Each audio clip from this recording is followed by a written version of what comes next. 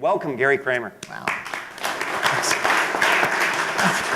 Here's why I've been so excited about Gary, because I want to ask him a few. First of all, this whole area of improv, I think, is completely unexplored for broadcasters, or largely unexplored. And it just seems criminal, given the success of things like SNL and Second City and Groundlings, and this is the comedy culture, and NCT. And I thought, well, who better to have than someone who lives in that world, lives in that space, to talk about it? Oh. And what more fun could we possibly have? Gary suggested this, that after a few questions, we break out, pick a couple volunteers from the audience, and do a little workshop. So this is going to be the audience participation part of the day. And boy, that's why you're all here. Yeah. I'm going to enjoy sitting back and watching all of you. We'll see. So let me begin with a couple of questions. All right. First of all, just so everybody's on the same page. What is improv, and why should anybody who works behind a radio mic care? Wow, all right, start with the easy question. So an improv performance, a show, anytime you improvise, is working without a script. So your on-air talent is already doing it for the most part. So it's unprepared or slightly prepared. So it's beyond ad-libbing, it's beyond working with a script and then just varying off of the script a little bit. So it would be a completely improvised performance is not knowing what's going to come next, working moment to moment based on whatever's coming at you. So a traditional improv show, you guys have all seen improv shows, yeah? Whose Line Is It Anyway is a good example. They're the first that have ever been able to really put it into the mass media, Whose Line. There's been variations of it, but Whose Line did it great, for years. It started on the BBC and then eventually worked its way to ABC, and it's coming back. It's gotten so big, it's been gone for 10 years. Now they're coming back in September, I think. So it looks really hard, though, Gary. Everyone's jobs looks hard. I've sat here for 4 hours. I have no idea what the fuck you guys have been talking about. I just gotta say, 4 hours. All I got was you put an apple in a toaster or something. That was the last guy. I have no idea any of this, right? And I've worked in radio. I'm like, nope, these people are smarter than me. So before you tell me what I do is hard, right? You guys, it's much, much worse. So all right. What are the most important things what are the most important rules that, like an air talent or somebody behind needs to understand about it? So on-air talent, for anyone doing it, it's a question of going with what's given to you and understanding how the process works. When I first, is anyone here talent or on-air talent or anything like that? It's no one. I'm like, well, we all like to think of ourselves that way, though. Talent in a different talent, as in like those weird people that are actually in the booth doing the work, not doing the work, doing the on-air work. So when I first learned it, I learned it in college as I was at Conservatory of the Arts, and it was very hoity-toity and theater, and it was pushed on you, and I was terrified of it. The little improv I had done was just, and you might have done it in class somewhere, get up and do a skit. If you've ever been at traffic school, they make you do skits if you go on those comedy. It's miserable. It's the worst thing in the world. And I remember I was in I was a BFA, Bachelor of Fine Arts student. I was at a conservatory on the East Coast, and we're going to do improv today. And get up in front of the class one at a time. And my teacher was a child of the 60s. She was one of those horrifying acting teachers that would smoke in class. We seem to be similar ages here. This is the early 80s. I was in college, and you could smoke in class, and the teachers this woman would chain smoke. Do you ever remember that when people would smoke in class in college, right? And she would just sit there, and she was this crushed up woman like this. She was like, and she'd light one cigarette with another. Just a 3-hour class, 3 times a week at 8 in the morning. And she was the most horrifying woman ever, and she was teaching improv. And it was before it had gotten big, before improv had reached mainstream at all. And get up in front of the class one at a time. I got to say a word, and you got to act out what it feels like to you. Like that's what it was taught to me. And so you get up, and she'd say things like springtime, and people, all the little improv or the acting muffins in the class were like, oh, it's springtime. They run in the room. And she hated me. She just hated me. I didn't think in weird circles. I thought more in straight lines. And I got there, and she goes, Q-tip. That's what she says to me, Q-tip. And I'm standing in front of like this, in front of like 30 people, all my classmates like this. And what do? What do you be a Q-tip?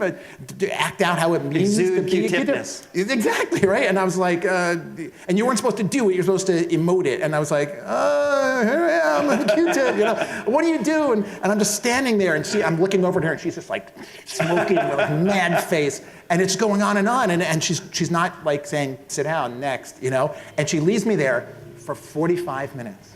45 minutes alone in front of my class. As a Q-tip? Alone, yes. as a Q-tip. You must 45 have minutes been one from my hell of a time. Q-tip. There, I lost 10 pounds, right? No, I was a horrible Q-tip. I was terrible at it. It just wasn't, I didn't understand it. I wasn't doing it right, apparently. And it was like, oh, I hope someone opens up the Q-tip box. And, I'd spun around, and no, I guess I'm stuck here. And every time I looked over, like, now am I done? And she was just like lighting another cigarette and everything. And told me I wasn't taking her class seriously after class. I almost got kicked out of college for my bad Q-tip. But anyway, so that's what it was traditionally, and it's fortunately in the last 30, 40 years has really become much more mainstream. So for on-air talent, it's a matter of being able just to go with what's given to you. To work off of your partner. Hopefully you have a partner. If not, you could do it, with listeners. So much radio doesn't have the talking DJs except for the morning zoo shows, that sort of thing. There's always 3 of them now, right? It's always like, Sally, David, and Tractor. It's always the last guy. I don't know why he always. Wait, let me write that one down. Right, Sally, I'll use Harry, that. and Tractor. It's always some power tool. Jay, Sally, David, and Tractor. Come And on. Tractor. It's some power tool or something. And so they tend to bounce off of each other, which works well when they're doing it, when they're working with each other, working off of what each other are giving them. What does that mean, though? It means saying yes. It means saying yes to ideas. And we're actually going to, later on, I'll show you some yes stuff. But the basis of improv is saying yes to what's given to you. So, and that works. I teach this to corporations more than I teach it to actors. When we go around, we go to all the Fortune 500 companies. We've been hired, not all of them, many of them. Let's say 132 of the 500. And teach how to say yes to ideas. And so that works in the business setting as well as on air. So I come up with an idea for a bit or for something, as long as I'm not making fun of a person with Lou Gehrig's disease that's on your sports franchise. Well, that's a bad example. I gotta say, that's just bad judgment, right? So those guys exercised the other night, or the other morning. They went with a bit. So the concept of the bit was proper and correct. I've got an idea. I saw a guy interviewed last night. Everyone knows what we're talking about, right? You guys are in radio, right? Yeah. You know about that, right? The DJs got fired for making fun of, it was in Yeah. Georgia, right? They came up with a bit during the commercial break. I got an idea, let's make fun of, let's do a bit as if he's talking like Stephen Hawking. Great, and they just said yes to it. Now that's great as an artistic choice. It's bad as a business choice when you end up fired and you end up going too far. Right. So you have to edit a little bit, but saying yes to any idea is the key, and that's what we've had on-air talent DJs, we've had television people come through our program just for that, just to get the idea, how do I work with someone, work off of somebody else? By saying yes and then adding on to that. So let's do a flip side. What's the biggest mistake that people make? Absolutely, the complete opposite of that is saying no. So you have an idea for a bit, and you head down one direction with it, and I block it. If I block it by, no, it's funnier this way. I have a better idea than you. And I might, but you started it. I've got to go with your bit because that's going to grow what we're working on. So otherwise I'm blocking you. If you're coming one direction and I go, no, I got a better idea, let's go this way, then you're gonna be like, okay, my idea is invalid, but it's already out there.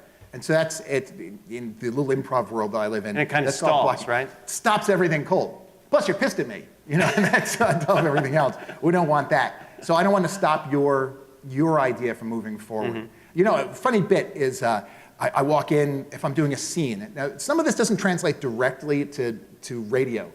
Some of it does. The concepts do more than the specifics. But if I start a scene and I'm doing the dishes and you walk up to me and say, yeah, Mom, I'm ready for school. And I say, I'm not your mom, I'm your dad. Ha, ha, ha, ha, ha, right? Everyone in the room laughs, right? We get a big laugh from our audience, but then you're standing there like, well, what sort of idiot didn't know his mom from his dad, right? Like, what do you do next? I got the cheap laugh, but you're stuck. And where do you go from that? Okay, I guess my eyes are bad. No, your eyes are 20/20. Like I keep denying what you're saying, and I'm just screwing you, like live, and that's all. So that's the opposite of it. Okay. So we teach saying yes, and then adding to it, and then going with the bit. Yeah, yes and is the Yes expression, and. right?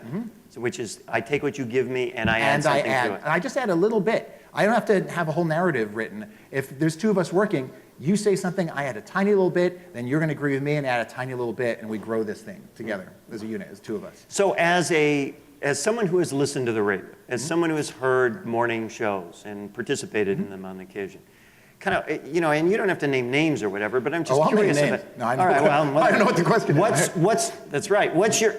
You got to wait till you got to wait to say yes.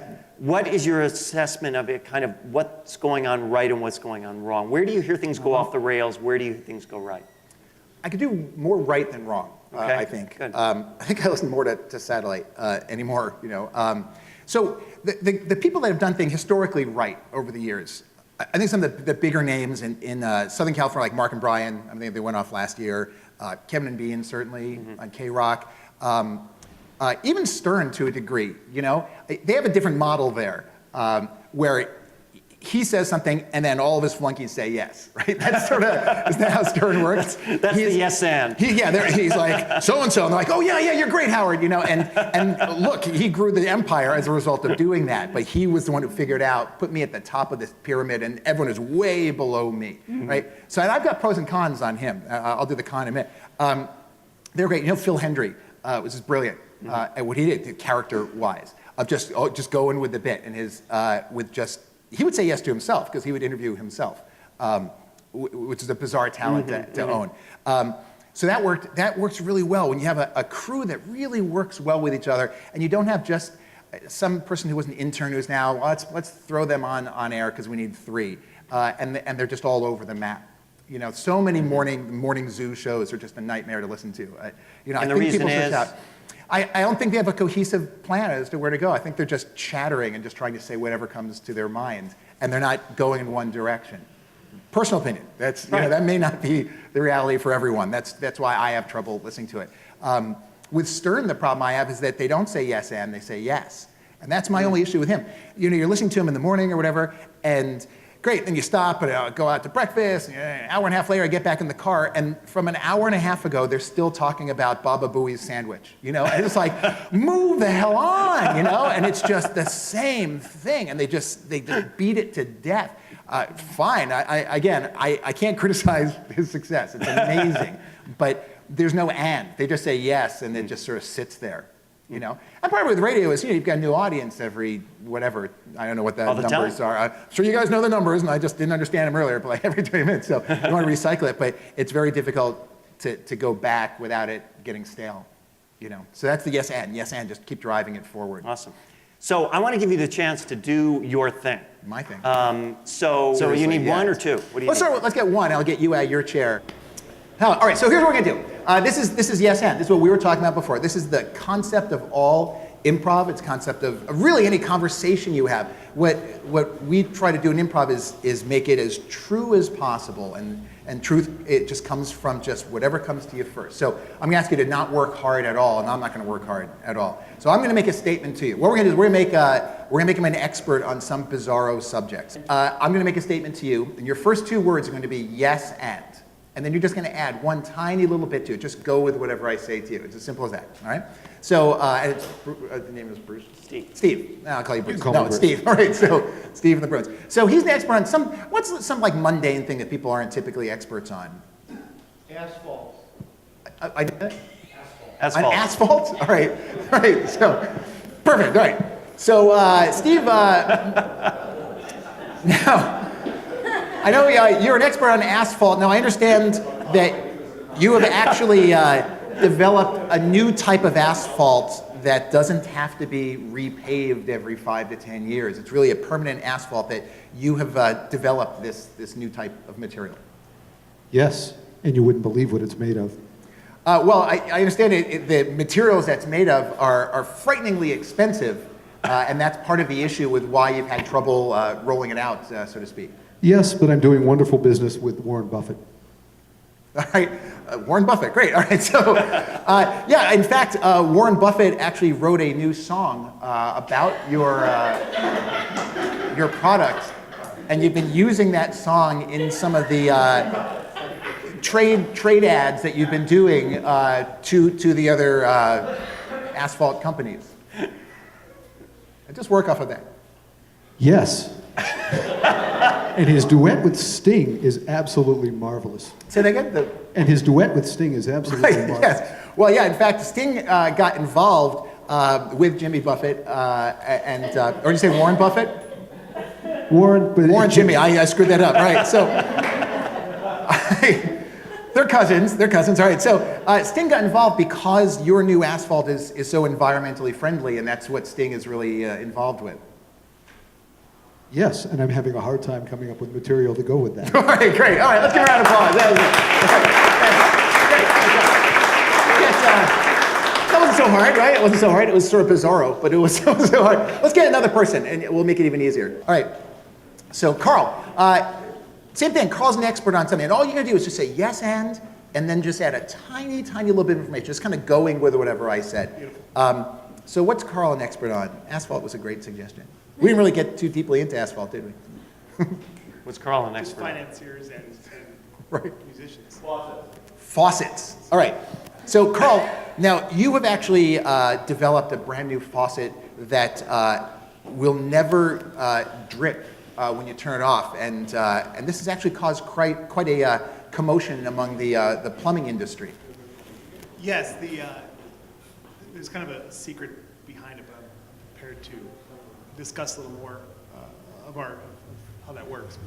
All right, well, I know you've been keeping this a secret because the plumbing union actually has filed a lawsuit, an injunction against you, and to deliver it all, but you're prepared to let us know a little bit more about the secret right now. Yeah, the secret actually, I hope, we are recording this, so let's be careful because... Yeah, no one's watching this. It's all right, it's streaming, no one's watching. So. There's a key ingredient to most faucets that we found when we pull out of the whole situation.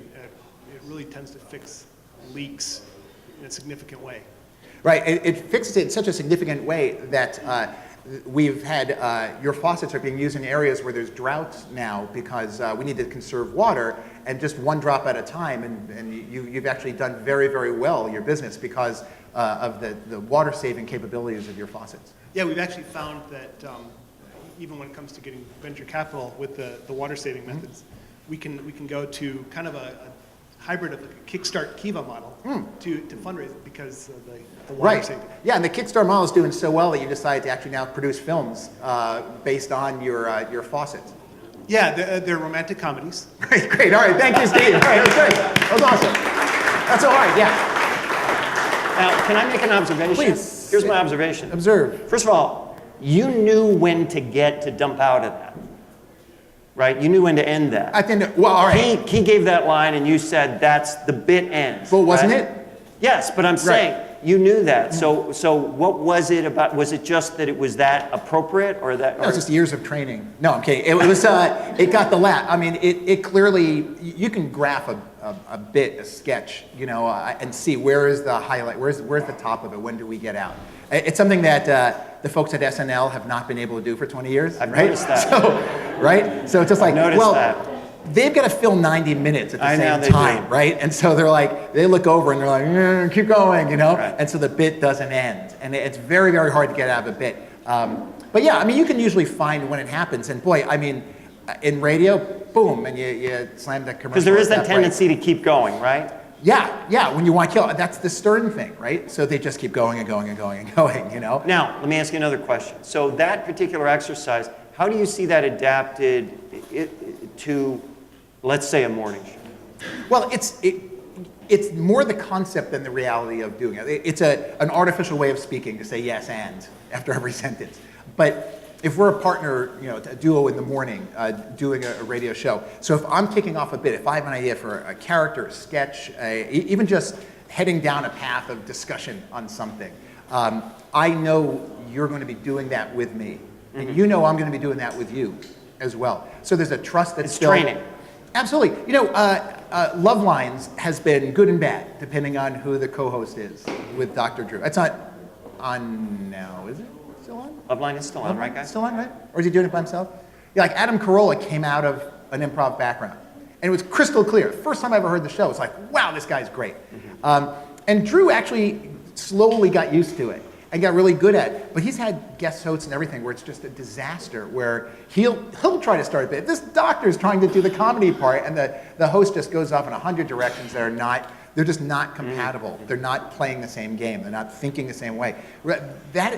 That is how we do a 2-hour show with no script, and the only way of doing it is by being on the same team and by thinking the same way. We're not in each other's heads. We're just agreeing with each other all the time. And so if you're driving a 4-hour morning show, if we're in each other's heads, we're going the same direction. And that's how, ideally, it works. And the better teams have done that. Mark and Brian were so great at it, but I think it was Brian came out of an improv comedy background. That's how when he first hooked up forget where it was, in the South somewhere. In the South somewhere. Right? So somewhere in those lower 48. But they had such a synergy because of that, because they were using those concepts, whether they knew it. Well, one of them certainly knew it, was trained in it. But the other one came along for the ride. Great. Gary Kramer, Great. thank you Thank you very so much. much. Nice to meet you. Gary, thank you.